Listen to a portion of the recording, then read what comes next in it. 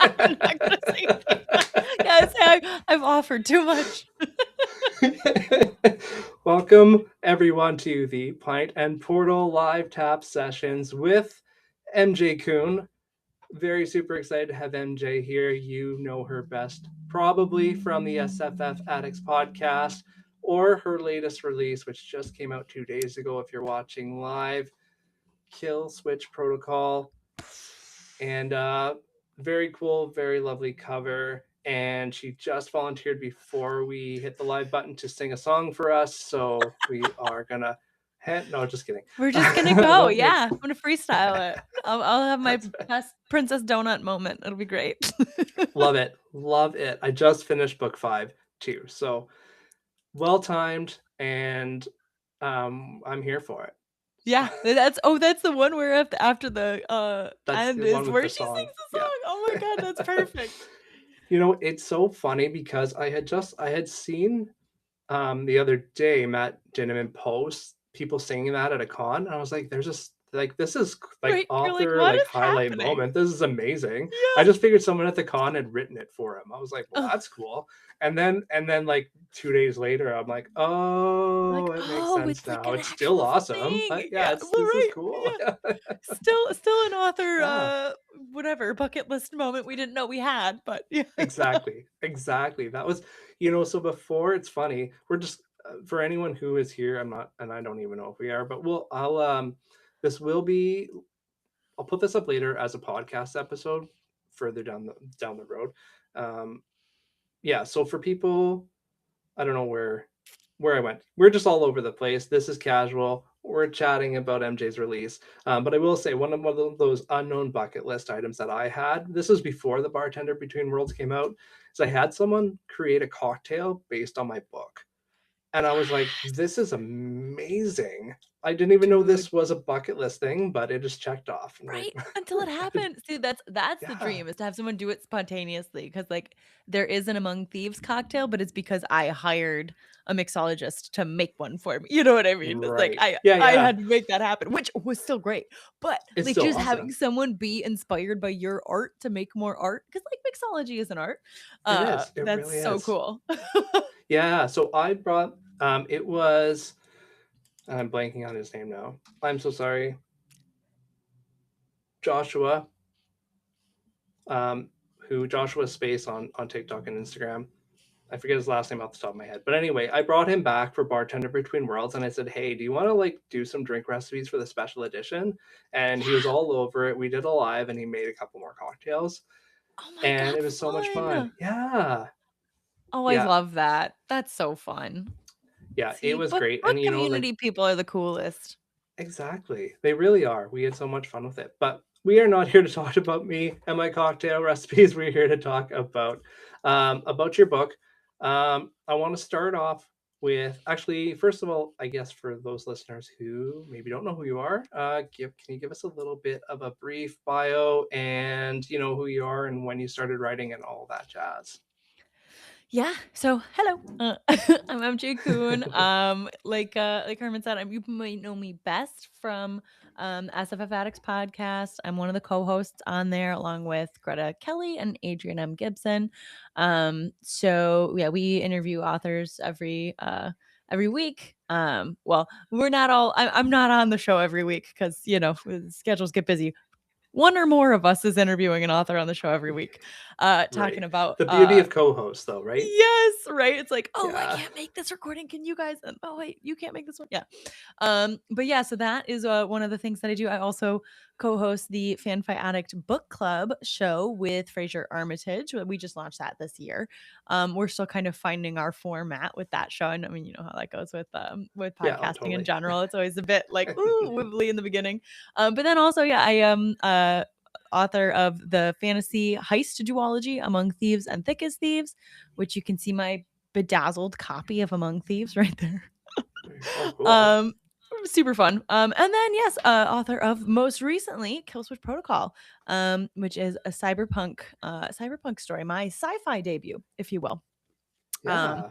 so yeah, I started writing, I mean, we all know we all been writing forever, but I started writing Yes. seriously in probably 2014. Got my first agent in Wow. 2017, and then Among Thieves came out in 2021.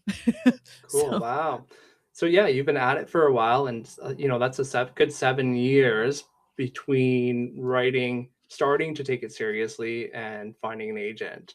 Um, which is yeah, I mean, that is a long time to be putting in the work, right? to be Without, grinding, yeah. yeah. Was Among Thieves your first? I should know this, but was Among Thieves your first book, or did you have other books that you were shopping before that? Yeah, no, so Among Thieves, and here's the thing, I someone will eventually call me on this because I think I say a different number every time, but it's like somewhere between like my 4th and 6th book. I think I usually Okay. land on it's my 5th book because what happened was, Yeah. okay, so I wrote a book in 2014, finished it, was certain it was like the best thing since sliced bread. As you Best do, book that's right? ever As been you do. written. Oh my gosh, I'm gonna get an HBO adaptation, y'all. Um, take it Of out course. into the. Oh, of course, naturally, easy. They're just handing those out. I heard. Yes. So, so I take it out in the query trenches. Resounding no's. Like literally form rejections, not even personalized Oh, rejections. Form rejections from every single agent, just absolutely getting nothing. So then I like, curled up in a ball and cried a whole bunch. I was like 22 at the time. I was just a baby. I right. didn't know. Um and but then I was like, okay, I'm gonna write another book. And so I wrote another one, and then I was like, that's not good enough. I didn't even query that one. I wrote a third one, didn't even query that one either. And then this is where like Mm. the count gets a little weird because then I took the second and the third books that I wrote and I smushed them together and I tried to create, you know what I mean, like a mashup of Yeah, those. yeah. I sometimes I count that as its own book and sometimes There's I don't. good stuff in here. I'm gonna Yes, I'm just like, oh, let me Frankenstein just it. Yeah. 100% let me make some sort of like horrible like word golem. Um so but then the next book that I wrote is the one that I got my agent with. So that would be either the 4th or the 5th depending on how we're counting. Um Right. but that one we took it out on sub and it was out on sub for over a year and it never got picked up.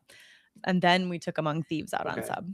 So Yeah. yeah. So in that 4 to 6 range. And I know we chatted a bit with we were on the panel on Nick's podcast a while back, and I know we were talking about this a little bit then. Um, I think there's a benefit to that when you're trad pub, that those first books aren't out in the world. You're not learning those lessons in public. Yes, well Whereas that's my yeah. first few books I've recently revisited, and I'm like, why didn't anyone let me publish this? I had like 5 editors look at it. They could have like told me. Why did no one stop me?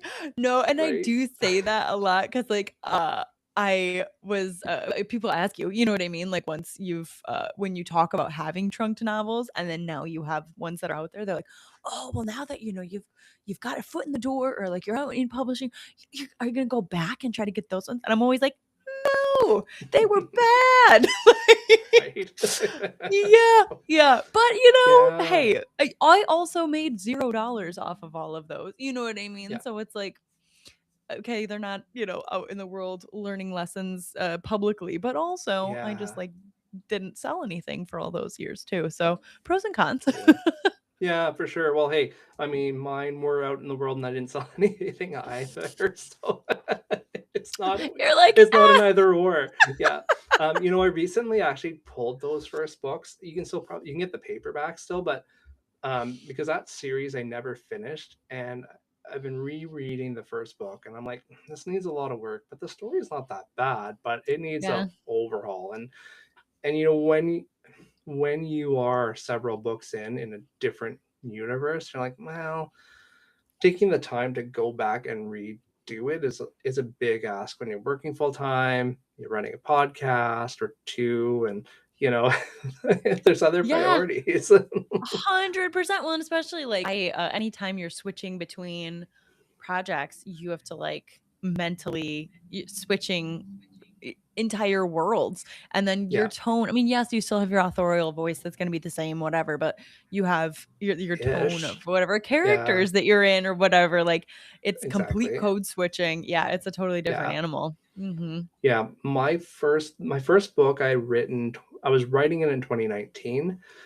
I don't remember so much of what actually happened that I'm rereading, and I was like, "Oh, yeah, this happened," and but, like, I mean, I hope that my writing has improved a lot since then. It has, because I've been also listening to my more recent books to refresh for my current work in progress, but I'm like, my writing is so much better now that I can't in good conscience go like release the fourth and final book in the series and try to promo book one because I'm really embarrassed about book one and I know it could be better, right? So like and Yeah. not like I mean embarrassed in that if I didn't write that book, I wouldn't be where I am now. And I totally get that, but also I want it to reflect. I don't want to Yeah, promote where you're at now. Well, and I it. think Right. that's like one of the really beautiful things about the indie path is that you can just do that. You know what I mean? You can just pull it and say, okay, I'm gonna revisit this, I'm gonna revise this, I'm gonna zhuzh it up, I'm gonna put, modern day today Herman's writing skills and voice and experiences into this, and then Yes. re-release the whole thing. You could re-release the whole thing as like an omnibus edition. You could do whatever you want, and there's so much freedom to that, Mhm. which is so cool because like when you're on the other side of the fence, like once once she's out there. Yes, exactly. So Yeah, you don't have you that know, flexibility with trad pub, yeah. right? Well, it's Yeah. like, we've talked to Andy Peliquin about that even, which I mean, Mm, for him, it's mostly yes. cover art, but he's like taken books and again, like, okay, when I released this book, he's like such a brilliant marketer too. But like when I released this book, this cover style was all the rage and people were picking it up. Well, now Mhm. trends have changed. People aren't picking it up anymore. So Yeah, he just pulled a new recovers cover it. in and Yeah, re-released. And like what cool flexibility, to have right. that opportunity. Yeah. Yeah, and with Darkblade, he was actually on the podcast or his episode went out last week, from the time we're recording this. And he actually did what I'm doing. Like he kind of rewrote that first, like the Darkblade book because for Okay. the similar reasons, right? He Yeah. realized that he could do it better, repackaged it, and then yeah, and that's kind of where it took off, right, for him. So That's you so had that cool. option, indie Yeah. published. Yeah, I want to talk to you a little bit more about trad pub and indie pub, Yeah. because your path is an interesting one. But I think we, need to ask the question that's probably on everyone's mind, and that is Kill Switch Protocol. You just put it out, and you named your villain Herman, and I'm sure everybody is wondering what the heck, MJ. Oh my gosh, I didn't even think about that till just now. Well, it's just you have such a formidable presence, Herman, that Villain that vibe, was right? I get it. I get it. Oh my god. That is Oh, legitimately actually, it's it's so funny. really funny. I not this book, but there was one that it's out on submission in the trad market right now, and Hmm. I legitimately changed the name of my villain because one of the editors that we were submitting it to had the name of the original villain. And I was like, "Yeah, we'll just change it. I'm not gonna risk Yeah, it." no problem. That's funny. Yeah. It's one I mean, obviously I have a name that is not super common, so when it does pop up, I'm like, "Hey, hey." Yeah, right? Like, wait a Hang on second. a minute. Yeah. Insulted. It's all good. All good. No worries whatsoever. But I am interested. Let's continue on the trad pub and indie pub because I do we were on that path and I do want to ask you about that anyway. Um Among Thieves and Thick as Thieves, obviously traditionally published. Killswitch Protocol is independently published, but with is your audiobook trad pub? Yeah. Yeah. So it's kind of like a Okay. hybrid vibe. Yeah. Yeah, Yeah. so I guess, the obvious question is what made you decide that this first of all, I guess, did you shop this to TradPub or did you decide initially that you were going to self-publish it? So my agent and I talked about shopping this to TradPub and we floated it to like two editors. Like and this was not even actually the version that I have now. This was the Hmm. last draft of it. So I did a big rewrite on this in Oh, 2025. really? So in like Okay. 2024, 2023, somewhere in that range, we did float it to a couple editors. And at the time the feedback we were getting was just kind of like, cyberpunk is like not the vibe right now. Like nobody Hmm. wants cyberpunk right now, which like Right. I don't believe you. Uh, but, so at the time it didn't get picked up, and then honestly, after revisiting it, I'm glad because there were so many edits that I wanted to make to it, and I did a big rewrite. Right. And then, um, released it when it was time to release it. This time I did not take it out. I was just like, "No, I want to try the indie thing." I've seen a lot of folks that are doing it well. I've seen like I think there's really great opportunity, just straight up in the indie market, but also in having one foot in each camp. Mhm. Because there's like the big advantage of trad is distribution, right? Like you get Yeah. bookstore distribution widespread. That is, if you're mid list and you're not getting the marketing support, that is like really the main advantage. And then it's free, right? It's free to Right. trad pub, and it's not free to indie pub. So I guess those are the two advantages there. Indie, I mean, there's a lot of advantages, but the main one for me that was really appealing is speed. Trad is so slow to the point I have a backlog. I have 4 finished manuscripts. Um, Wow. right? So it's just like, because I don't stop writing, I keep writing all the time. Of course. Yeah. But when you're stuck in an option clause and you're waiting on this and waiting on that, and then you're sitting on sub and la la la la, things Yeah. move really slow a lot of the Okay. time in trad. So I was like, okay, I want to be able to Yeah. like actually like start releasing books at a decent clip, and Totally. I have the Right. backlog written. So yeah, I was like, I want to take it. I want Yeah. to take it indie. I want to do it. Right, for sure. So, yeah, because Thick as Thieves is, 2, 3 years old now? Like, it's been a couple of years since you released that, right? Thick as Thieves, yeah, came out in 23. Yeah, and that was your I know you had an author world building book that was also self-pubbed, I believe, but Yep, as yeah, far that as was fiction indie. goes, that was your last Yeah, release, so it's been that 3 was the years since last your last release that I release. had. Yeah, Mhm. and they're sitting on books. Yeah. I'm like, Yeah, "Come so on, I'm I wanna interested go." being, as a person not in the trad pop space at all, I'm interested in because you mentioned that you've signed on for options and that sort of thing. So, just kind of, and obviously like high level stuff, you don't have to get into details. But so do they like, you sign on for so and so many books before you can do something else? Is that kind of how that works? Yeah, so honestly, the biggest, like, whatever, sticking block, that has the reason why I have such a backlog, let's put it that way, is the option clause for Among Thieves. So the option clause Okay. for Among Thieves was that my publisher got first dibs on the next sci-fi fantasy thing that I wrote. But I wasn't allowed to submit it to them until I had submitted the final draft of Among Thieves. And then things happened, right? COVID happened in there. My Yes. editor, my acquiring editor at that house left the publishing house. So I got, Oh, I wow. was, orphaned for a while and then got given to a new Right. editor, blah, blah, blah. Like it's stuff that was no one's fault. It's just like what ended up happening is I didn't even get edit notes on Among Thieves for like a year and a half after I Oh, signed the deal. wow. So of course I can't submit my next project to them because I haven't submitted the final Among Thieves, but I can't because they haven't given me edit notes yet. And I can't submit Right. anything anywhere else because I'm in this option clause, right? Yeah. So yeah, that was put me kind of on the back foot in terms of timing. Right. And I just have been kind of struggling to catch up in the trad market really ever since. Okay. So I'm like, okay, my goal now would be to release a book every year and maybe do indie trad, indie trad. You know what I Okay. mean? And Right. that's like my ideal scenario if I can make that work. Yeah. So but we'll see. We'll see.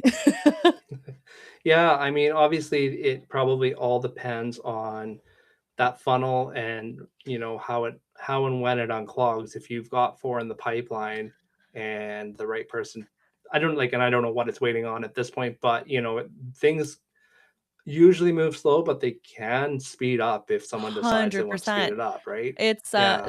trad is like the little phrase that, I use a lot. There is hurry up and wait, right? So it's always like Yeah. wait, wait, wait. And then when stuff hits, it's like boom, we need this now and we need all of it and like all of this is going to happen, and then like you're staying up till 1 in the morning trying to get your edits done and after work every day, and then you're waiting again.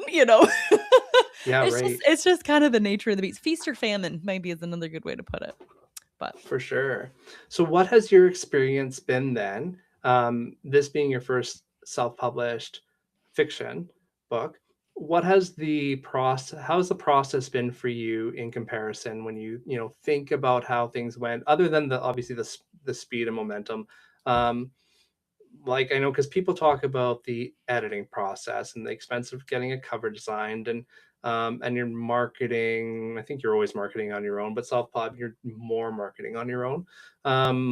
What's that experience been like for you, because you have something to compare it to that a lot of us indie authors probably don't.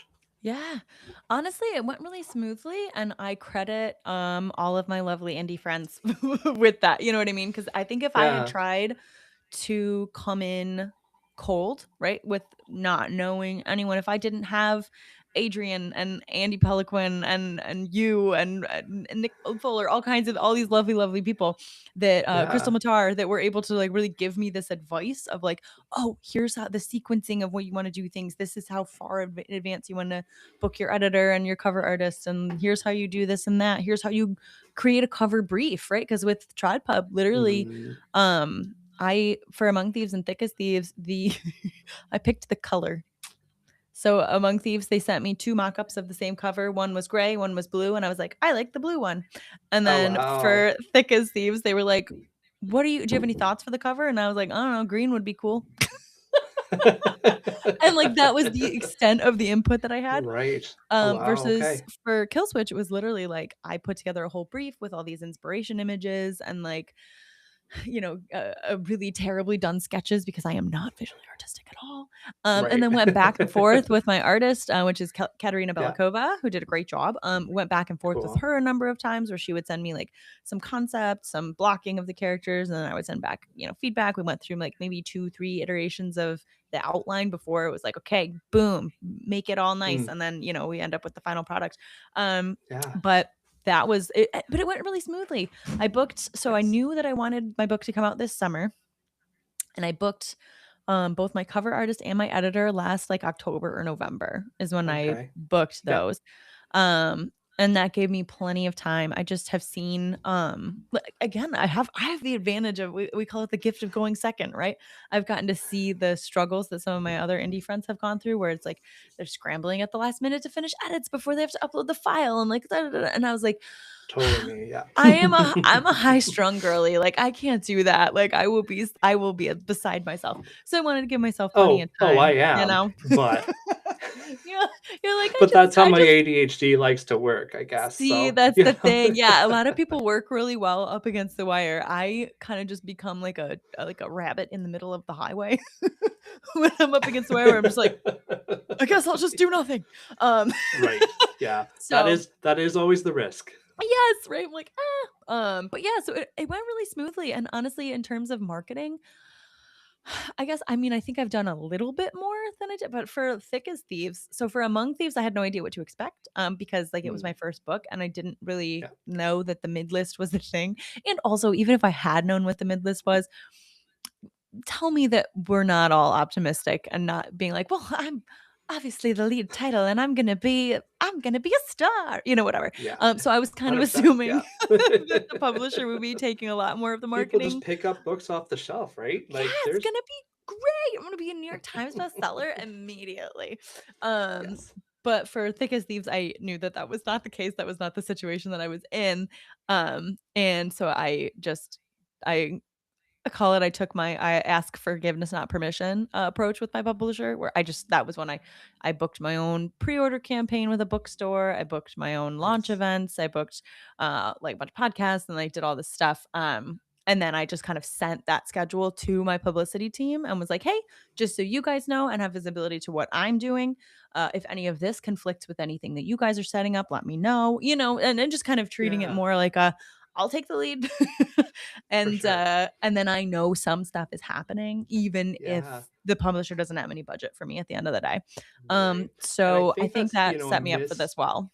Yeah. Yeah, I think that's a misconception about trad pub is that if you get a trad pub deal, no matter what press or what level you're at, or they're gonna do a big marketing push and tour and all this stuff for you, and that's just not the reality unless No. you're a big name already, right? Yeah, if you're a big name already, or if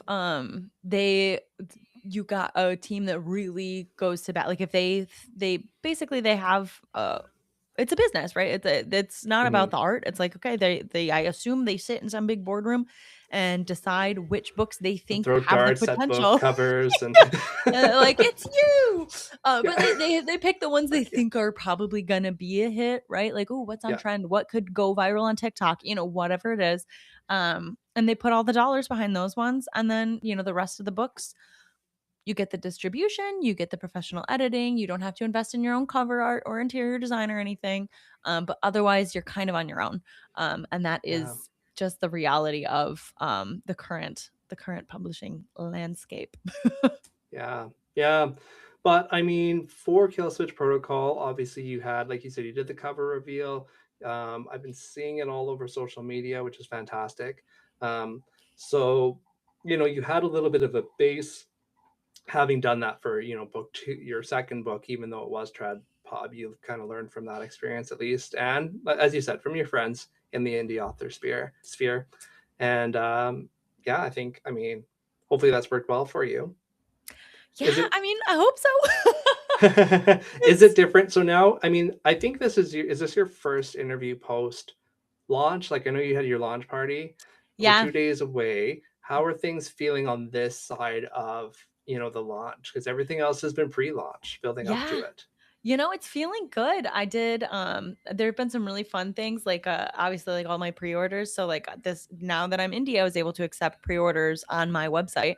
Um, and, I ordered stock and I signed them and I packed them up and I had 2 giant, like, those big banker boxes, like the rectangle ones, 2 of those Yeah. full of pre-orders, which was really fun, and I, like, took them in, and the post office was like, "What are you sending?"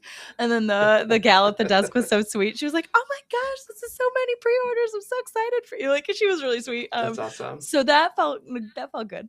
Uh, Yeah. I will say I was texting some of my other writer friends today, and I was like, it is very dangerous having access to all the data, though, like in Ingram Spark and in KDP, because Yes. when you're trad, you don't. Yeah.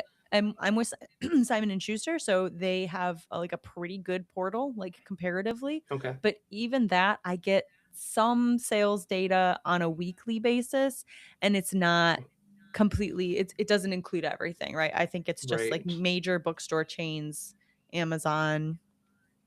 I don't even think library orders are in there. So, really Yeah. twice a year I get my actual sales numbers for my trad books. Right. And so now I'm like, I can literally like like You're maybe sitting I at sh- work refreshing all it's day like long. it's sort of literally like maybe I shouldn't admit this, but like this morning I like checked KDP and there was like because it's on Kindle Unlimited. So I even have like the Okay. KENP pages read, and it was like 33 pages read today or whatever. And then like I don't know, 10 minutes later, I opened that window again, and it was at like 60 pages, and I was like, someone's reading right now. like that's so much data for me to have that I just like am not used to having access That's so to. funny. So that's gonna be Yeah. an interesting exercise in self control, I think. 100%. And it takes a while to develop that self-control. I have found it is a struggle. The struggle is real, especially so I'm not in KU, so I have like a million different places that I could check. And it launch day is a tough day to not do that because obviously that's when the sales are rolling in the most. But it does eventually you're like, okay, I It can't peters out a just do this little. all Well, it was so funny day. because I sent that like to whatever. I have this little like writing support group chat, and I sent that like I can't stop checking my like, Kindle Unlimited read pages, and Michael Vadney, who just released his debut. I think it was in Yeah. April that his came out. He was like, I feel called out because I literally opened this tab after closing KDP, checking my Kindle Unlimited pages Yeah. read. And I was like, okay, so 3 months and it doesn't stop. Got it. No. Yeah, I think the frequency, like for me at least, the frequency throughout the day stops, but Yeah. it's, I still check my numbers every single day. I mean, Yeah. you If you just have the do, right? access to it, we're curious cats. We Yes, want to know. exactly, exactly. I'm gonna call it real quick, Eric, in the chat. He shouts out to MJ, fellow gym bro. What is Hello. your favorite lift, and what Ooh. are your drink and book pairings? Ooh, okay. So my favorite lift. It's a tough one, Eric. Um, my favorite muscle group to lift. I mean, I do push muscles, but it's push muscles because it includes delts. I like working shoulders. So probably probably an Arnold press. I like an Arnold press. Big fan. So That's the oh, okay. that bad boy. Oh, and then drink and book pairings. Um, yeah, like if I was gonna pair a drink with Kill Switch Protocol, what would I pair with it? It's gotta be Ooh, something that's got blue curacao in it, right? It's gotta be yeah, like a neon colored something drink. blue. Maybe a Yeah, maybe a blue margarita. Maybe that's the move. there we Yeah. go. Very nice. Very nice. Eric, drop in your lifts and your drink book Yeah. pairings because now I'm curious. I don't have a favorite lift. I mean, I'll do the I don't know. I don't have a favorite lift. We'll just go with that. But I'll pair a whiskey with any book I'm reading. So I'm Yeah. more of a whiskey on the rocks Yeah, I like that. type Especially of like type of if I'm reading fantasy, a whiskey on the rocks is like a vibe. Yeah. yeah. Mhm. Cool. Yeah. So now the other thing that was a change for you obviously with this book was your shift from fantasy to cyberpunk. Yeah. And as you mentioned at the start, your sci-fi debut. And what was it that made you decide to go into, a new genre? It's a funny question because I don't think I like actually decided to, you know what I mean? It's not like I sat down and was like, I want Yeah. to write a sci-fi book. Let me, whatever, brainstorm some sci-fi ideas. Nobody I does. mean, Okay, nobody does that, I MJ. was gonna say I Nobody don't think anyone nobody does. does that. Nobody that I know at least. It's just more like I had an idea for a story that I wanted to tell, and it just happened to be a cyberpunk. Yeah. Um, it's just kind of like actually the story that I have that I'm editing it right now for my agent that we're gonna take out in the trad market next, is horror. And I didn't mean to write a Okay. horror. I just had a Wow. story and I sat down and started writing it and I was like, I think this is a horror. you Interesting. know? Yeah. So it's just I think like it's the story tells you what it wants to be. But Right. yeah, I knew So I did it wanted to come about tell. like mid process? Like this wasn't a like did you I mean you must have had some idea Yeah, yeah, yeah. going The into it that it was gonna the be cyberpunk. horror one was literally in the middle of the first draft. I was like, Okay. "Oh, this is kind of scary." Like, but this one was definitely like during the world building, plotting process. Um, it's like I kind of always knew it was like the initial I always struggle to like tell this story because it's like it sounds kind of dark, but that's fine. Um the the initial inspiration for Kill Switch Protocol was like just a complete like depressive spiral that I had like probably like not 8 years ago, 7 or 8 years ago, Hmm. because it was an idea that I just had in my notes app right after this little spiral that I had Okay. that idea before I even wrote Among Thieves, I think, and then I wrote the story later, which Hmm. was basically like well, we've all had those phases in life where nothing's going right, nothing's working out. You're feel Yeah. like you're running on a treadmill, up with whatever steep hill on the steep incline. With the You're incline. Yeah, getting yeah. absolutely nowhere. And I, in the midst of one of those like things, I was thinking, I was like, well, nothing's gone right for me in like a long time since I had this like really bad car accident. Like, what if I was supposed to die? What if that was when Hmm. I was supposed to die? And like now the universe doesn't have a plan for me. And that's why it's like nothing is working out. And then I was like, ooh, what if that was actually kind of the world of a story? Like, what if there is a plan for every person? And the initial like bones of the story from that like seed was like there was going to be actually genuinely you do have a purpose in life, and when it's been fulfilled, you die. But Mm. there was going to be just some people that like slipped through the cracks, and like that was going to be the story. And then it ended up evolving into like, what if I just made this like thinly veiled anti-capitalist propaganda? And then of course Yes, cyberpunk naturally came from that. So of course. Yes.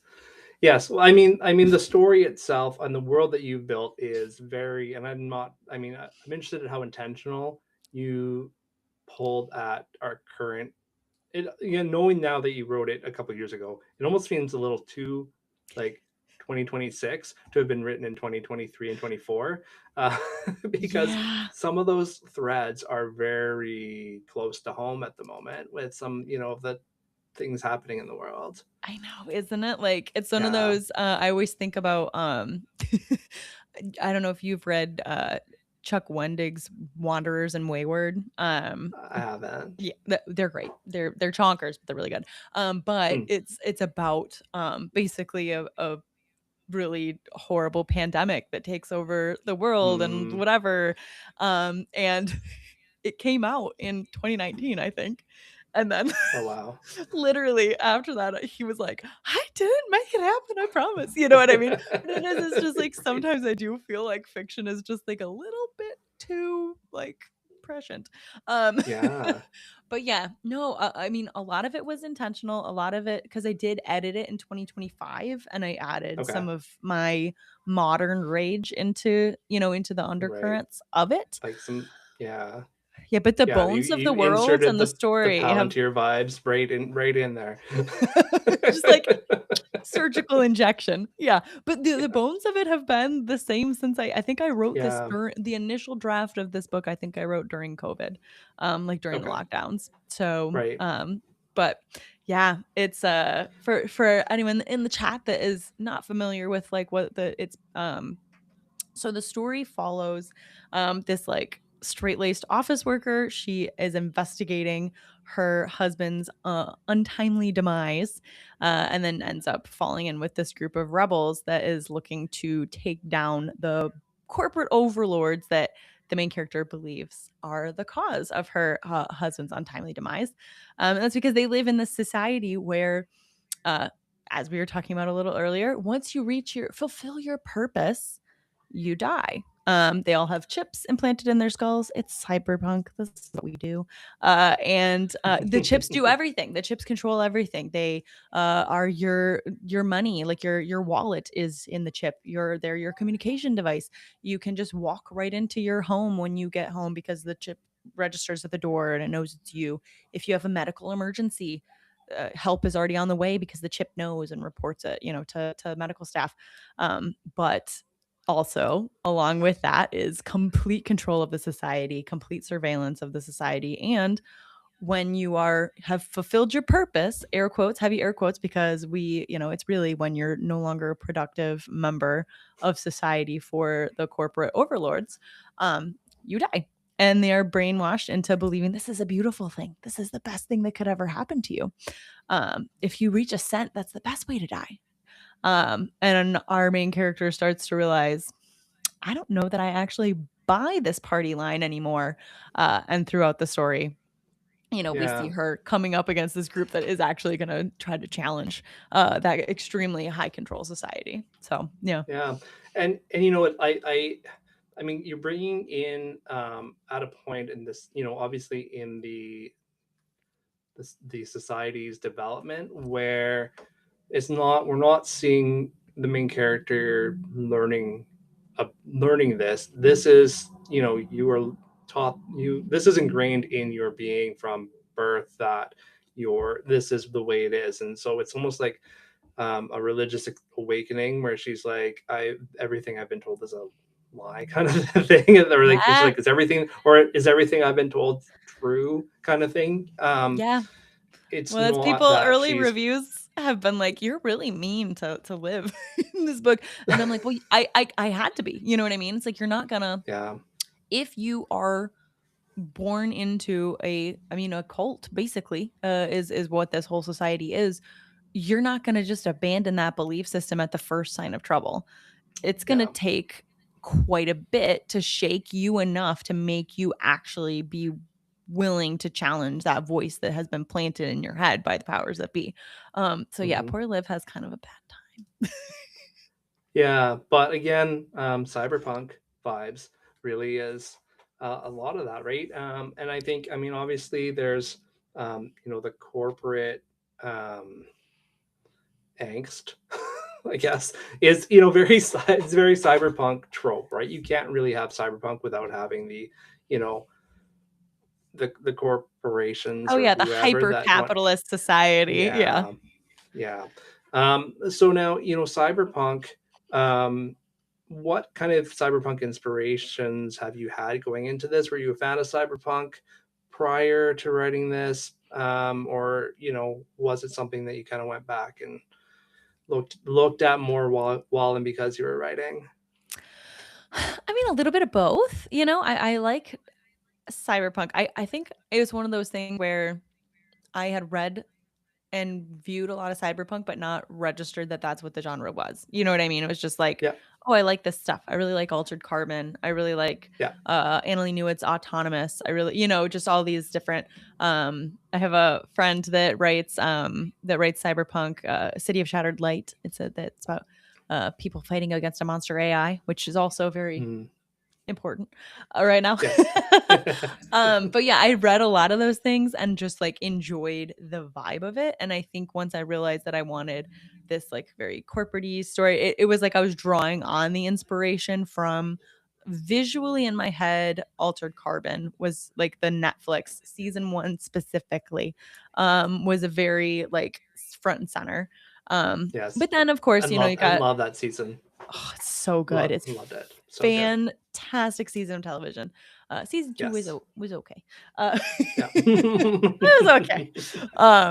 But yeah, then of course you got Cyberpunk 2077 and you've got Edge Runners, another I think that's on Netflix too. Yeah, it is Netflix, the anime. So just kind of an amalgamation of a bunch of things. But also like other when people ask like what were your biggest inspirations writing Kill Switch, I'm always like nonfiction, the news. The news, yeah. like, like Fair, genuinely, yeah. that was probably one of them. But also, I say when I'm like pitching it really quickly, I say it's like Altered Carbon meets The Giver, because we do have this like high control society where everyone like believes it's amazing that it's a high control society, which Mhm. is very The Giver. Yeah, And then of course, just the gritty, grungy vibe of Altered Carbon juxtaposed with the glittering, beautiful, futuristic society that we also yeah, have in Altered Carbon, right? So, like, I did take that, totally. like, kind of the different strata of society, inspiration from there. Right. And I mean, I love those vibes, and that's always been it's been part of some of my some like Eclipse had some of that as well. I just love that juxtaposition of, because I mean, we like to think that in the future it's all gonna be, well, we used to back in the before times, we used to think that the future was gonna be this Better. utopian place, right? And better. Yeah. Um but I mean, when I was, listening to you, I actually went and got the audiobook because I'm like, I'm such a slow, I have zero time these days. So, even though it came out 2 days ago, I'm like, I'm just going to get the audiobook.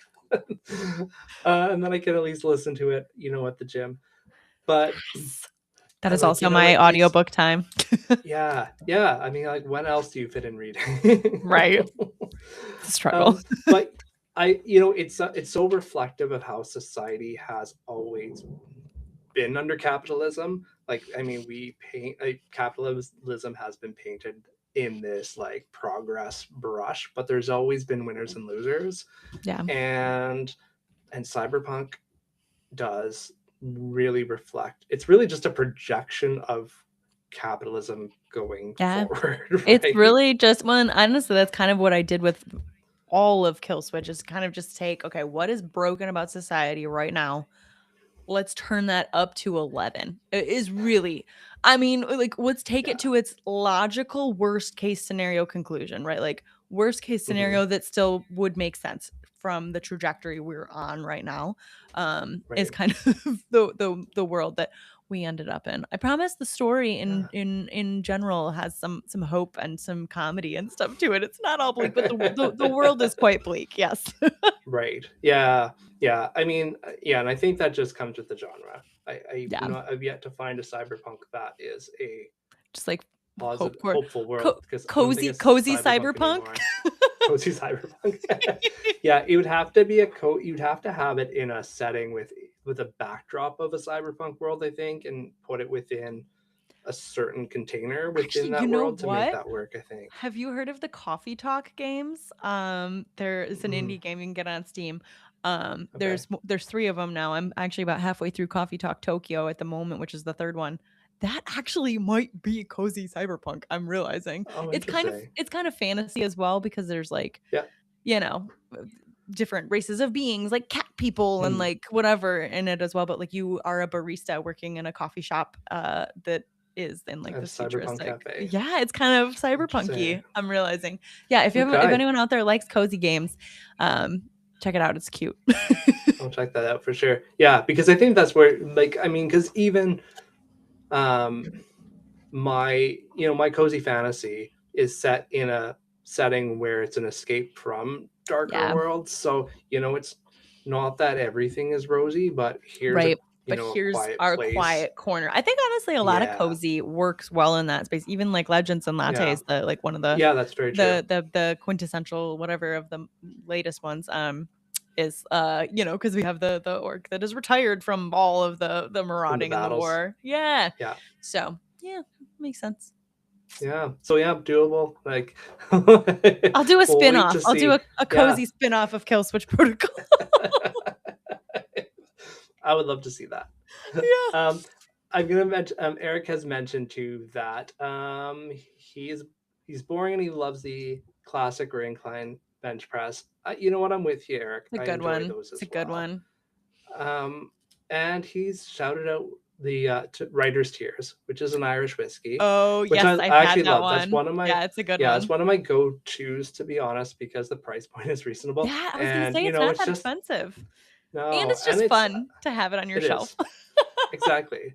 Exactly. Because what else am I going to drink while I'm writing than Right? writer's tears? Right. I Mhm. mean, It's for those especially rough writing days. yes. I'm either gonna Whether a drink writer's celebration tears or cry or them. exactly, exactly. And whether it's a celebration or a defeat, it's appropriate. Right? Yeah. Yeah. So, obviously, I think the one other obvious topic, you've been in the podcasting game now for a few years, Yeah. and you have done some wild and wonderful things as a podcast co-host, including, interviewing J.R.R. Martin or George R.R. Martin and, Brandon Sanderson on a pretty high profile event stage at Worldcon, which is super cool. But not only aside from that too, you've interviewed a lot of authors, and I know for me, when I go walk into a bookstore and I see someone who I know on the bookshelf, I'm like, hey, I know them. Oh, So I yeah. can't like walking I'm into a bookstore. insufferable to go to bookstores with because I'm always like, "That's my friend!" Like, oh my god, even if it's, I like, know. literally, like, someone I met once. I'm like, "I'm so excited. Look, my friend has a face out. I'm so happy for Yeah, them." Whatever. I know. Yeah. I do the same thing with my wife. I'm like, we were in London. I'm like, I want to see if any of my friends are in the bookstores in London. Yes! Oh my god, I know, it is really fun though, isn't it? Where it's like, It "I is. know, it's like you turn into what is it? It's Will Ferrell from Elf with Santa. "I know It's him!" true. Like, It's just true. But it is immediately. fun. It's one of those childhood dreams, I think, that you would, when I was a kid, the authors were like far away and you Oh, couldn't, yeah. like, oh, to know an author would be so cool. And now I walk in and it's just surreal now. I'm like, these are my Yeah. friends, It's guys. like boom, boom, boom, boom. I know them. I know them. I know them. Yeah, I know. It's Yeah. so fun. Yeah.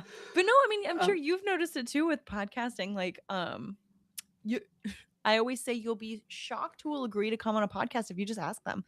Like yeah. some of the guests that we've landed were like especially that Worldcon panel was literally we just swung for the fences. We just were like, okay, who are the biggest names in fantasy specifically, because we knew we wanted it to be a fantasy panel for that one. Mhm. Who are the biggest names in fantasy that are going to be there?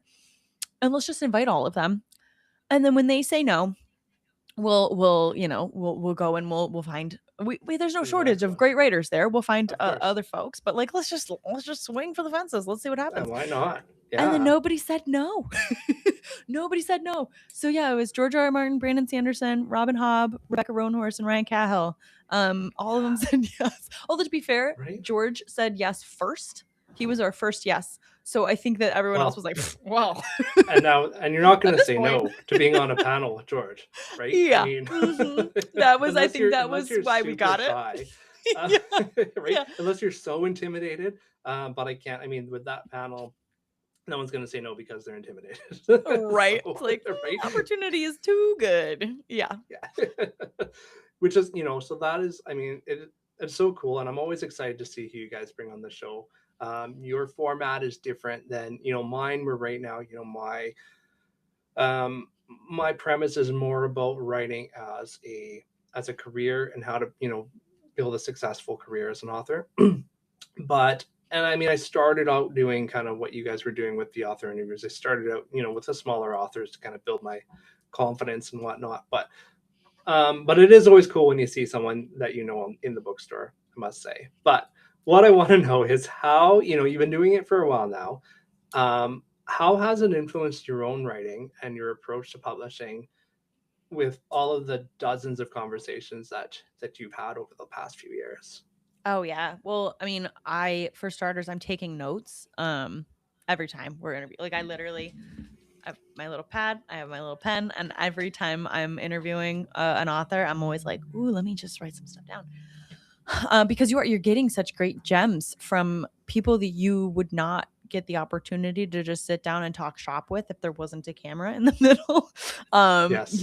I think some of the biggest, I mean, I'm learned a lot from a bunch of people, but I think that the two biggest shifts that I've made in my author career because of the podcast. Number one, I upped my short story game.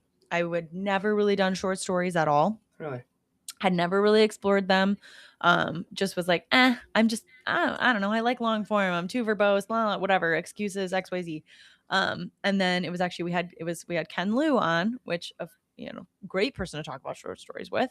And Hmm. he said, I can never remember the exact quote, but like the gist of it was a short story is to photography as a novel is to cinematography.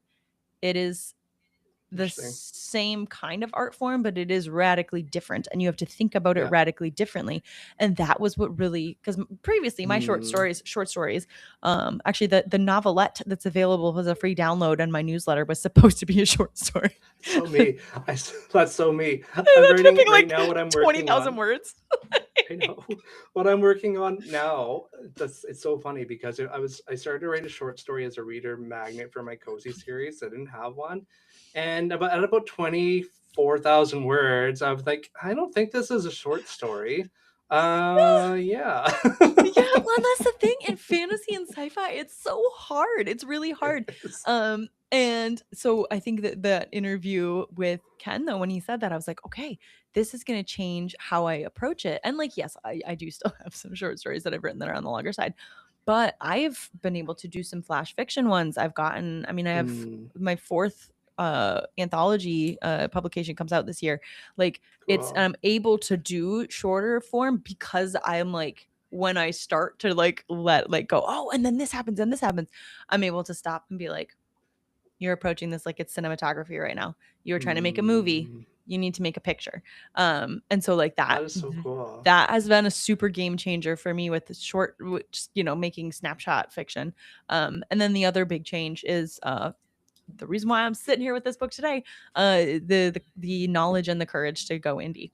Um, I'd been curious about it from the outset, and I ultimately decided to go trad for a couple reasons. One, I mean, well, I was broke as a joke when I first started writing. Like, I didn't, you know what I mean? You have to invest like a couple Yeah. $1,000s to like actually get a book that looks professional and has Yeah. been edited. And I did not have that at the time.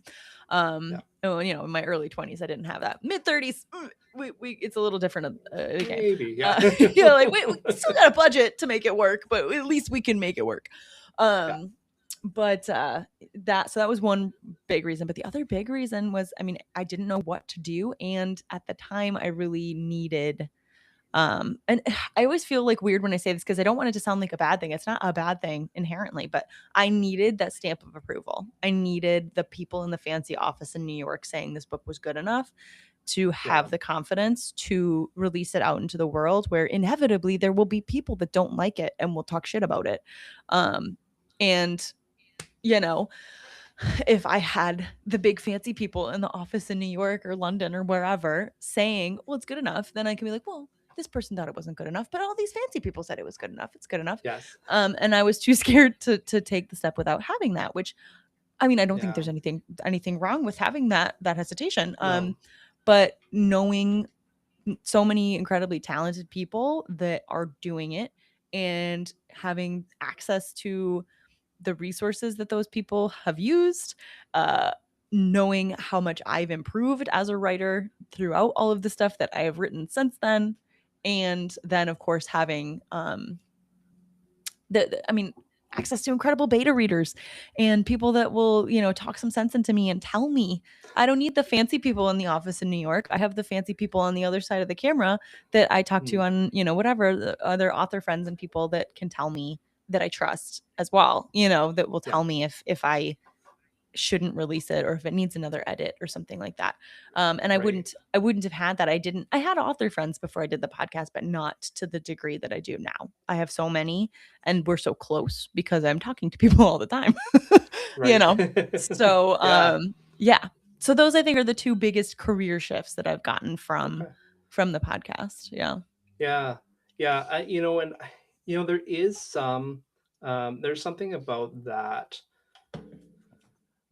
having someone, who you view in a position of authority saying that, yeah, this is, good, Good enough. especially Yeah. in the, your early works. Um, Especially because when you start, for someone who is looking at publishing their first book or maybe has published books that hadn't taken off, once your book hits a certain threshold of readers, you're going to get bad reviews. Oh yeah. And having something to lean on to be like, well, I know it's not bad, Right.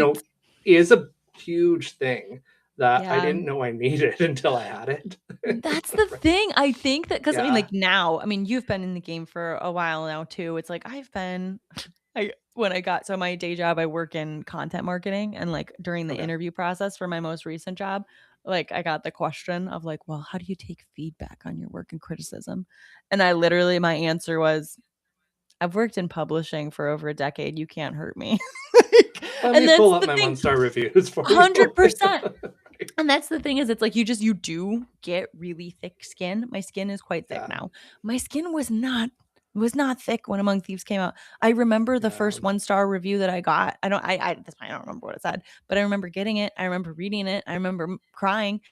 Which by the way, don't read your reviews. Don't do that, guys. That way I lies do. only pain. It's like It's so I bad. do too. Well, and here's the thing. Now I do because like It's fine, it's right? it's It's fine. fine. Some Yeah. people don't like it. That's art. Yeah. If everyone Yeah. feels, I would rather some people like me, my books, my work, my brain, myself as a human. I would rather some people really like me and some people really not like me than everyone just feel kind of meh about Right. me and my Yeah, books, that's right?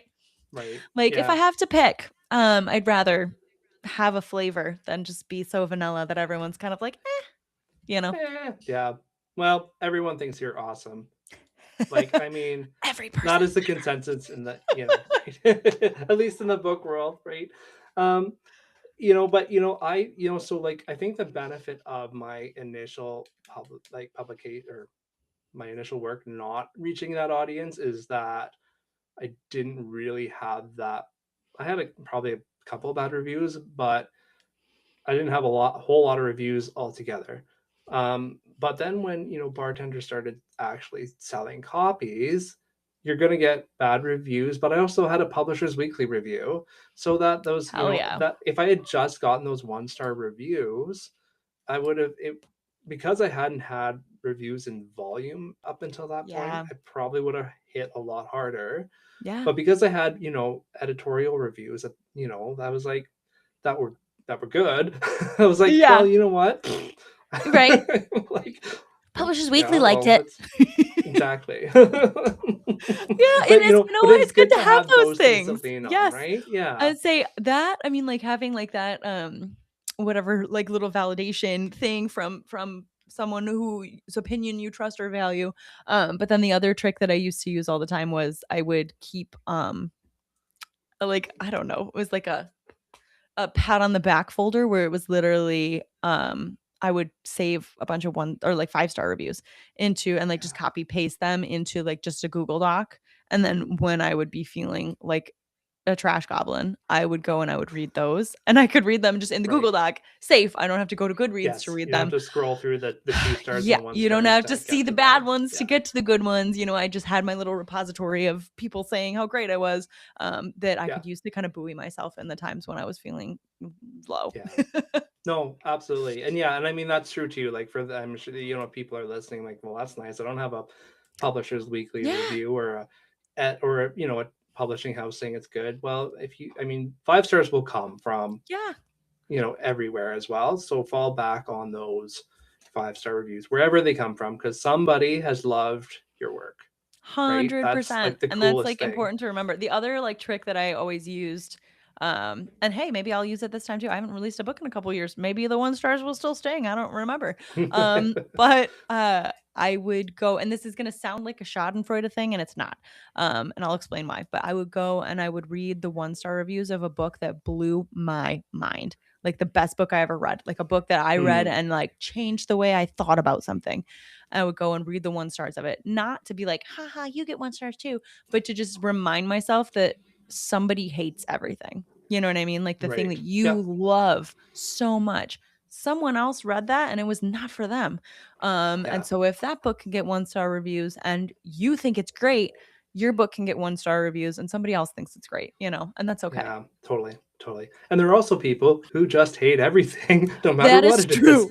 That is another thing that I did in the early days. Like, now I don't really like I mean, I never engaged with reviewers, but, I would, like, Yeah, sometimes click on the profile of the and see what and else just they've like and just reviewed. well, just, Yeah, like, see their star average. Because if they give me a 1 star and their star average is, like, a 1.8, I'm like, "Okay, you hate everything. That's yeah. fine. I'll take it." Why do you even read books? Like, Like right? like, What are you that's fine. doing? That's fine. Clearly, the whatever, I'm just in good company Like, go probably. go play in the park or something. If you're every book Like, sucks. this is not the hobby for you, maybe. I don't know. They read a one book that they loved, and they've been chasing that high They've been ever chasing that since. high. Yeah. They can't find it. They're Right? looking for the one perfect one. Yeah, Oh my exactly. god. Yeah. Well, I think that's a good point. There's Eric's got one more question for us, and I think Ooh. it's a good segue. What and I we could probably talk about this for a while because I think I'll know what we're going to chat about is what's your favorite book to recommend to hardcore readers and non-readers, Ooh. Okay. and why is it Well, Dungeon Crawler Carl? Well, that's what I was gonna say. For non-readers, it actually is Dungeon Crawler Carl. Yeah. But also I will say, okay, I have book recommendations are my love language, I like to say. Like I Hmm. have so much fun. Like if I meet somebody and they are a reader or they're not a reader, what I'll do is I will ask them, what's the last 5 TV shows that you watched and loved? Tell me those and I will recommend a book for you. Yeah. And like that's like I like to do tailored ones like specifically for a person because if they're And like, oh, that's the I smart really way to love do it, this and right? really love that and really love that. I'm like, oh my god, if you loved all of those things, you will absolutely adore this book. But if I'm looking for just like overarching the books I recommend the most, I mean, Dungeon Crawler Carl, I recommend all the time. I think everybody does. Kings of the Wild by Nicholas Eames, I recommend that a lot. And then Wanderers and Wayward, which I've already recommended on this podcast. Actually, we have like a running joke on Fanfiatic Book Club that I will never shut up about Wanderers and Wayward because they're so good. But yeah, those are Yeah. probably the ones that if I have to like just off the cuff that I recommend most often to Yeah. people. Yeah. What about 'Cause you? Do you I mean, have it's go-tos? go-tos. Yeah. It's a lot like you. I mean, it's, Yeah. what do you like? You know what? Yeah. Because not everyone's gonna like Empire of the Vampire, which is amazing, It's a good but book. for some Yeah. people aren't gonna jive with that. It's very dark, It's right? So, polarizing, yeah, but I loved it. yeah, yeah, I loved it too, right? Um, yeah, Dungeon Crawler Carl, I've only discovered recently, so I'm all in at this point. I'm all in on um, all lit RPG. I but am on like book 6 of He Who Fights with Monsters now. oh Like I yeah, am, and I read I've been Discount I Dan, and I've read Heretical Fishing. I am This is all my in. first it's not my first lit RPG, but it's one of the first lit RPGs. Because I Yeah. did, some SL Roland I've listened to, but not even, like, Sentence to Troll. It's, like, his, like, side quest one because it was, Okay. like, free on Audible or free on somewhere one day, so I'm like, "Oh, I'm gonna Yeah. listen because I You're like like, Cursed "Why not? Cocktails, I'm gonna listen I'll to check this it one." out." And yeah, Yeah. so I forget the name of it, Path to Villainy, which is really fun. Oh, I've Um, seen the cover of that. It just like yeah. popped into my head as soon as you said the title. I haven't read it yet though, but Yeah, I think it was like there was a chirp sale or something on it for so I picked that up and I listened to him, had a lot of fun with it. So, but yeah, I haven't done a lot of lit RPG, so it's really Dungeon Crawler. Carl has been my gateway to that because I am like, well, I'm gonna yeah. listen to more of this if there's. I know that it is a special book. Yes. That's gonna be hard to find a comparable to, but I've It heard He is. Who Fights Monsters He Who Fights with is Monsters is really good. I would say the closest thing I've found to DCC though so far is Discount Dan, which is about okay. a guy that gets too drunk at a bachelor party and wakes up in the back rooms. um, Oh, and yeah, okay. then has to kind of fight his way through the back rooms, and his sidekick is a talking mimic that takes the shape of a golden retriever made of croc shoe material. And it's Oh, that so is like fun. in terms of Is like that, if you're looking for Ben something with like Wolf? the no, that is ooh, I should know. Hold on, I'll look. I saw one by Ben Wolf today on Facebook, and I'm like, "Oh, that looks dungeon crawlery." Yeah, it is. Let's I see, forget who the is name of it that one. by? But if you're looking for something that has like the batshit whimsy, that Dungeon Crawler Carl Yeah, has, I would say that's the closest I've found to okay. that. James A. I'll file Hunter. that. James A. Hunter. James I'll file Hunter. that Yeah, in the there's back of my head. there's 3 books out. Oh, no, 2 books out right now or so far. 2 or 3? Regardless. The whole oh, 3. There's Yeah, 3 books that's, out. The whole series is not out yet. So, okay, that's fine. You know what? On it, like 8 books is a commit. Like, so I was telling this to some of my friends the other day.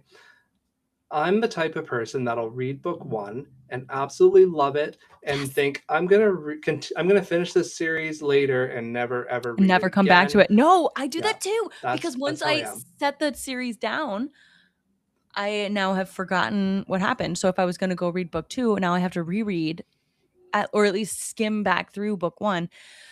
And as we Yeah. talked about, we're both working multiple jobs. We don't have time to Yes. read one book, let alone it twice. So Yeah. yeah, no, I am Exactly. infamous for doing that. Probably my biggest sin, which this is the one I'm actually going to make a concentrated effort to come back to, is Jade City, like Greenbone Saga. I did I that too. I see this. I read Jade City and I was like, wow, this is great. Yeah, I And loved it. I'm then gonna I yeah. bought books 2 and 3. They are Yep, on I my have them on shelf. my Kindle too. Yeah. And then I just like have not, but I don't remember what happened to book 1 anymore. I would have to go reread it, but I will. Like that one I'll have I've to do, heard yeah. like so many people that I know and love and It trust gets have progressively better told too. me Yeah, that's how what I good it hear. is and that like they're crying by the Yeah. last book and whatever. I'm like, okay, okay, I have to do that one. But yeah, MJ, I have done this with Mistborn. I have done this with and this is like I'm like this is one of my favorite books that I've ever read, and I'm just never gonna read the rest of them. Like, it took just like I don't know. no, I did it Like with it's a see, problem. I did it with Red Rising. I read Red Rising and Golden Yeah, Sun and Morning Star. And those I were have the read. only 3 that were out when I read it. Yeah, And then I never. I'm the heard same. the 4th book wasn't very good when it came out.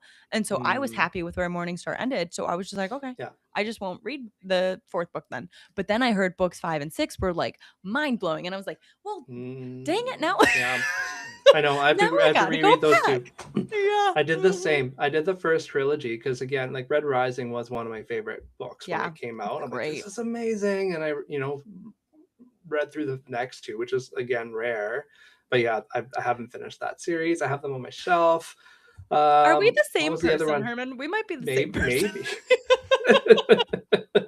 People can't believe it when I tell them this, and I'm like, I don't like. Yeah. It's just I don't know if it's my I ADHD was or gonna say, I just think it's attention. the Like, ADHD. Well, and ooh, also shiny, another series. Yeah, as a book content creator, I think we have a disadvantage there because a lot of times I have to read book 1 because I'm talking to the author, and then I true. wanna read book 2 really badly, but I'm talking to another Yeah, author next week, and I have to yeah. read their book, so I'll come back to book 2, and then I just don't.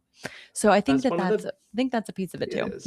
It is. That's one of the biggest reasons I switched formats because I'm just like I can't keep up with these books. Yeah. Like I No, can't keep it's up a with all lot. this reading. This is It's like too the much. biggest advantage of us having 3 of us on the show. Usually at least Yeah, 2 of us are in the interview. There have been several though where it's just one of us because the other 2 sometimes we're too busy or like busy during the recording time, but sometimes it's right. literally just because one or more of us didn't have a free time to read the book and you know what I mean and it's like okay well I that's fine know. we got the other 2.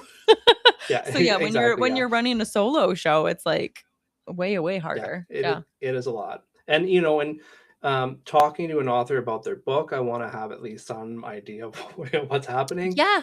so I can have an intelligent conversation. I always want to have read at least like the So first yeah. third because if I haven't finished it by the Yes, time the recording happens, that's fine because I'm not going to spoil the book on the recording anyways. exactly. That's You're not fine. talking about the end, yeah. But I need to like know the players in the game at least. Totally, yes. Yeah. I agree. Yeah, but, yeah, it's so hard, there's so many books out there, and you wanna read it all, right? So you're trying to get a taste of everything, and then, yeah, it's, I don't wanna be like this, but anyway, with Dungeon Crawler Carl, though, I'm on book 5, and I Yeah. started it literally a month, like 6 weeks ago. So, Yeah. it is that's how good it is. Oh, it's so good. Well, and I It's also I find it it easier to finish stuff when I started on audio too, yeah, because I'll just kind of blow through because like, I think audio is often my like fun read book where it's I'm not reading it for a blurb, I'm not reading it for the show, I'm just right. literally reading it just for at the gym for kicks and gigs. Yeah, Um, and I find that a lot easier to blow through series, but also yeah, DCC is that's just fair. absurdly fun. I read the first Mhm. five, five, six. There's first six, and I like mowed through them, and I went to read the seventh one, and at the time it wasn't out yet, and I was like, what have I done? Like I binged That's what too I'm worried about. I'm fast. actually quite worried about that, Yeah, but I because kept up. This one I actually did keep up, and I yeah. read seven, and then when eight came out, I read eight. So So did you there's re-listen to hope for the you. first did you Mm-mm. re-listen to the first ones? No. I think it helps with DCC that so many of my friends have also read it and it's so in the zeitgeist. I'm seeing memes about it all the time. You know what I mean? Yeah, It it makes is me so remember what happened a little bit more because right. it's That like helps. kind of top of mind most of the time. Yeah. Yeah, that gives me an unfair or I'm like all of us an unfair advantage with this series. that is true. I'm glad I got and I mean, we're gonna circle back to your book after this, but I'm glad I got into it when I did because now I'm just seeing it everywhere and I'm Yeah. amazed that 8 books have come out without it being spoiled for me. Yes. And because it's everywhere now, but it wasn't until actually your guys' interview with Matt. I'm like, yeah, I need to just go listen to Like, all this. right, fine. Yeah, I'll listen. Yeah. yeah, just so I can be culturally aware. Yeah, Right? Like, but it's so I much wanna know what all the cool kids are talking about. I know. Well, it's hard when there's that much hype about a book to Yes. feel Well, and left that's the out, thing. right? It's a commitment though, because there's 8 of them and they're big. Like, if you're reading the Yeah, physicals, which I mean, I've read them on they're audio because 'cause huge, they're great on audio, especially the but further you go, they're right? so chonky and it's like but worth it. Worth it. 100%, 100%. Very cool. Um, well, we'll circle back to Kill Switch Protocol because that is why we were here. But I do want to give you a chance, if there's anything else about the series that you haven't shared or about, and I guess anything in general that you want to touch on, give you a chance to do that. Yeah. I mean, well, for starters, it is well, It is not a planned series. It's a planned standalone. However, I've already had like 4 or 5 people DMing me asking me to write a sequel. So, and that's the thing where I'm That's a like, great sign. I spent a lot of time building the world. I did a lot of research to create it. I love the characters. I know what happens to them next, just because whatever I outlined it. Yeah. So if enough people are interested, I will absolutely write a sequel. But yeah, so it is a standalone. It's designed to be kind of open ended at the end, though. So it's not like it wraps up in a nice bow. It's designed to have the ending for you to, if it ends up just remaining a standalone, for the ending for the reader to extrapolate what they think happens Right. next. You know what I mean? Yeah. Okay. So yeah, so that's a piece of the puzzle. It's, Mhm. I guess, just for readers out there, it's a multi POV. So there's 3 different POVs. So if you're a fan of multi POV, you are in luck. If you are not, heads up, it's multi POV. Uh there's 2 mini heists because it's me and I can't stop myself. Uh, I love a good Love heist, it. man. I love a Love good it. heist. And Yeah. we have a scrappy group of rebels that is fighting against a very high control society, and they need to, like, of course they're going to have to be sneaky. If they're going to be Yeah. sneaky, let's make them be sneaky in a big tower full of surveillance where they have to steal something, cuz that's Of so course. fun. I love Right? it. Yeah. What else are they gonna do? Exactly. Yeah. I guess I could kind of introduce the cast of characters. There's 5 main characters, even though there's 3 POVs. Probably our most main character is Liv. She's like that straight laced office worker we talk about in the beginning. She's just like she works a normal job and does normal things and lives in a normal townhouse and has a normal life until she doesn't. So she's kind of Yeah. our. I kind of designed her as the lens that the reader can use to explore this world. Right? She's like our very normal every man, every woman that is kind of now navigating the crazier parts of this world. Then we Right. have Sinya Raimi, who is one of our rebels. She is kind of a mercenary type character. She used to be like a security guard for the ruling corporate board that exists in this world. She's got a cybernetic arm because it's cyberpunk. You gotta have some cybernetics. Right. And she's just like a total all around badass that's seen too much and has no time for anyone's BS. Our third POV character is a character called Raina Arthur. She is on the board. So she is like one of the corporate overlords over the society. So I wanted to just kind of so even with the 3 of them, we see the different strata of society, right? Like we've got the Yeah. rebels that are kind of living off the grid, someone that is living just a normal life on the grid, and then someone that is controlling the grid, basically. Mhm. Um, and then our other 2 characters that I would call like main characters, we have Torin Calix. He is the leader of this little rebellion cell, this little cell of revolutionaries that is trying to fight back against this techno fascist regime. And then Yeah. my personal favorite character, and I've heard a couple other people's favorite character, we have Emerson Quinn. He's every good story needs a guy in a chair. He's our guy in the chair. He's the hacker of the group. He, is behind the scenes at the computer doing all of the behind the scenes work, and he has a cat. He has a cat named Black Hat, who I love. As you need to have, right? Gotta In have a cat. I know people are comping this, which I have not yet read it, to the last contract of Asako, that new book that just came out, the cyberpunk. Okay. Um, it found a lead just came out this year.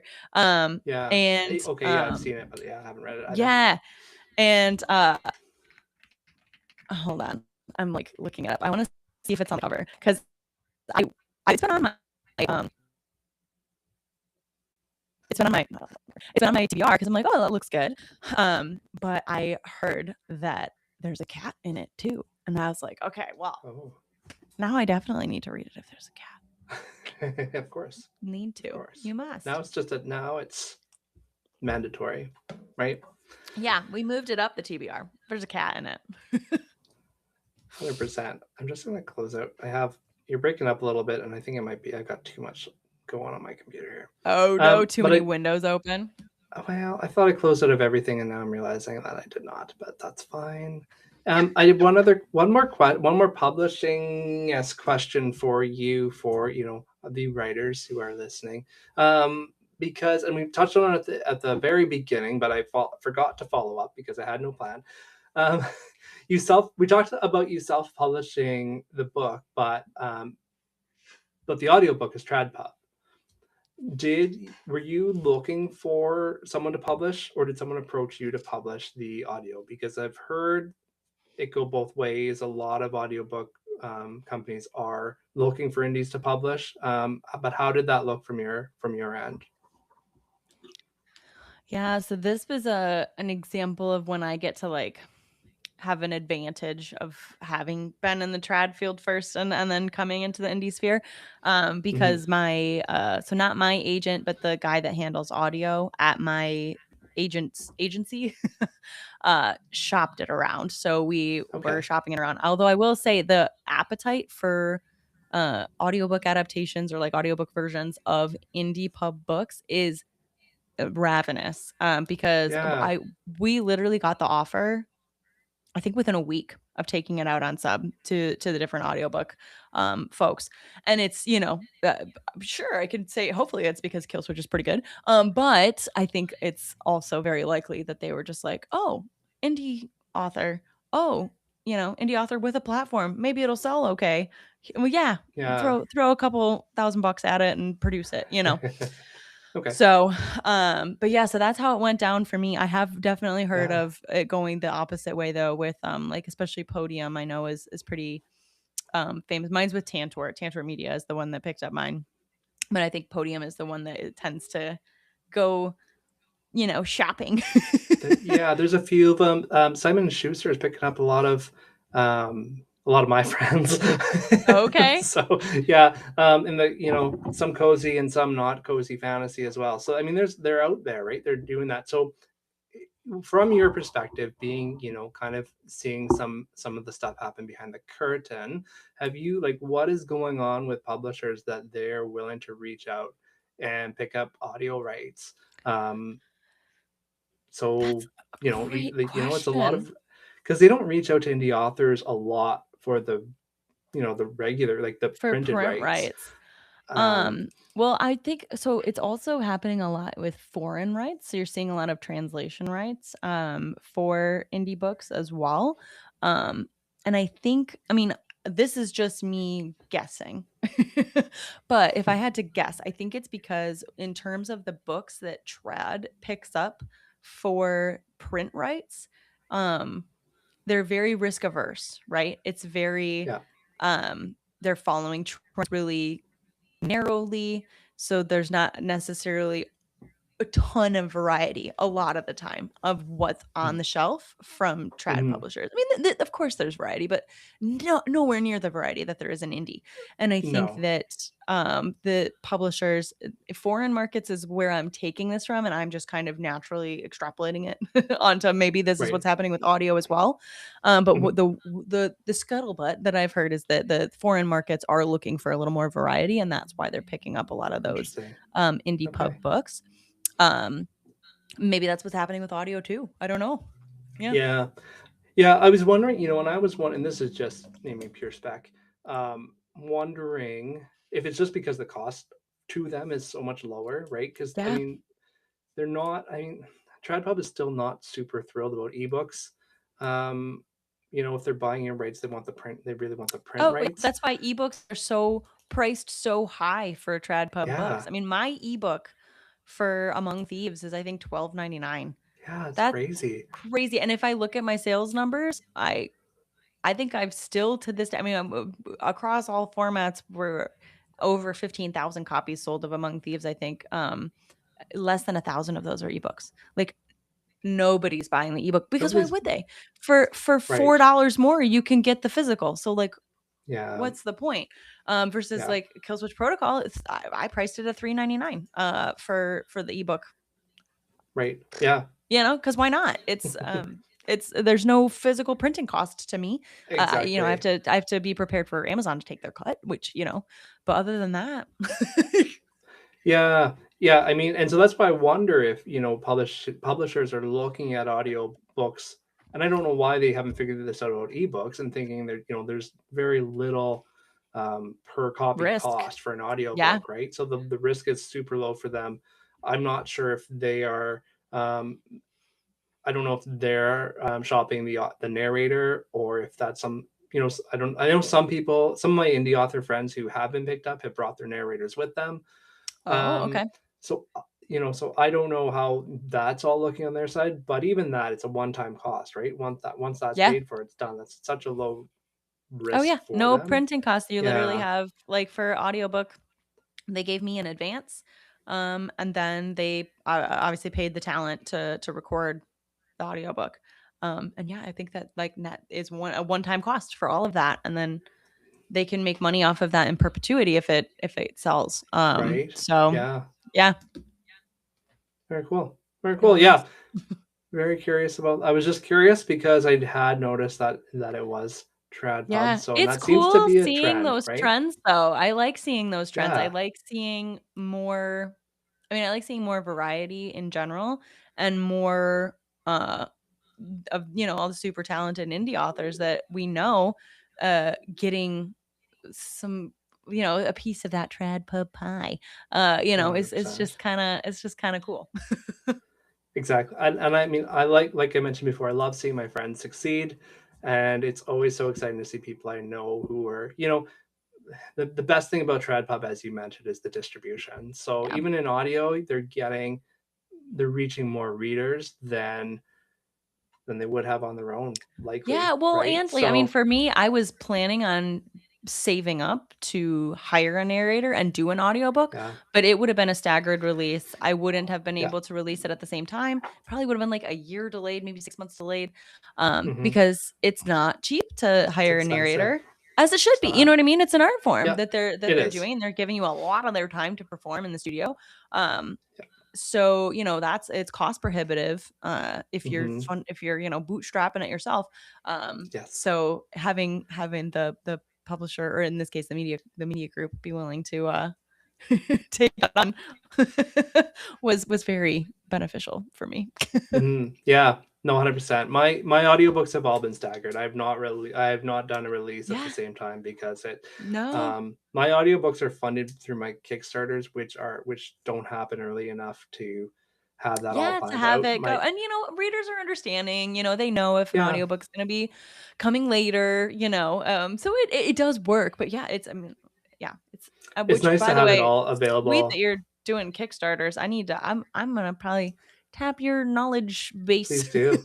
Always because at happy some to point help. I will probably want to do like a cool like kick ass special edition of Kill Switch or something, which could be fun. Yeah, 100 happy to help anytime. That's, Kickstarters are my jam. I love talking about them. So Yeah, it's the one platform I feel like I get. So I love talking about it. it's a good one to have be the one that you Yeah. get. I'll tell you that. It's So a good far, one. I feel like I've lucked out in some ways because, it's a genre. I'm in a genre that does seems to do well on it, um but not always. So but there is, it is a different platform from, Amazon or any of the other bookseller platforms because it's a different audience and they want different things. So Oh yeah, and it's very cool. We've been uh dipping our toes in it a little bit with the SFF Addicts anthologies that we've because you been have the doing. anthologies, yeah. Yeah, but I mean, I've been helping with that, but like I did like a lot of stuff with the contracts and stuff. I've not done like the Kickstarter like nuts and bolts. That was all Adrian. So Yeah. I have it's a beast I have yet to vanquish. Yeah. But you okay, so and we should talk about this off air, but I think it's a good place to wrap up anyway. For for the live. Thank you to everyone who has been here. Thank you, Eric, for hopping into the chat. We appreciate that. Thank you Yeah, to thanks for everyone all who the was questions. watching the re-release of this. I'll have this uploaded on other platforms. Probably probably be a month or so, but we'll get it up and I'll make sure the links to all of MJ's books are in the show notes. Go check out Kill Switch Protocol. It is so much fun. I'm about a third of the way through, and I'm enjoying it, and I can't wait to see what happens. And check out SFF Addicts podcast. They are, if you are on YouTube, they are under the FanFi Addict YouTube channel. But it is, if you love sci-fi and fantasy, which if you're listening to this, you more than likely do. I don't know why you are not checking Right? that podcast Why are out you here already. otherwise? Why? Yeah. We're done. Go over and check that out. Be sure to subscribe to that channel, to this channel, the Pint and Portal, if you have not done so already. Thank you again, and we will chat with you all soon. Awesome. Thanks.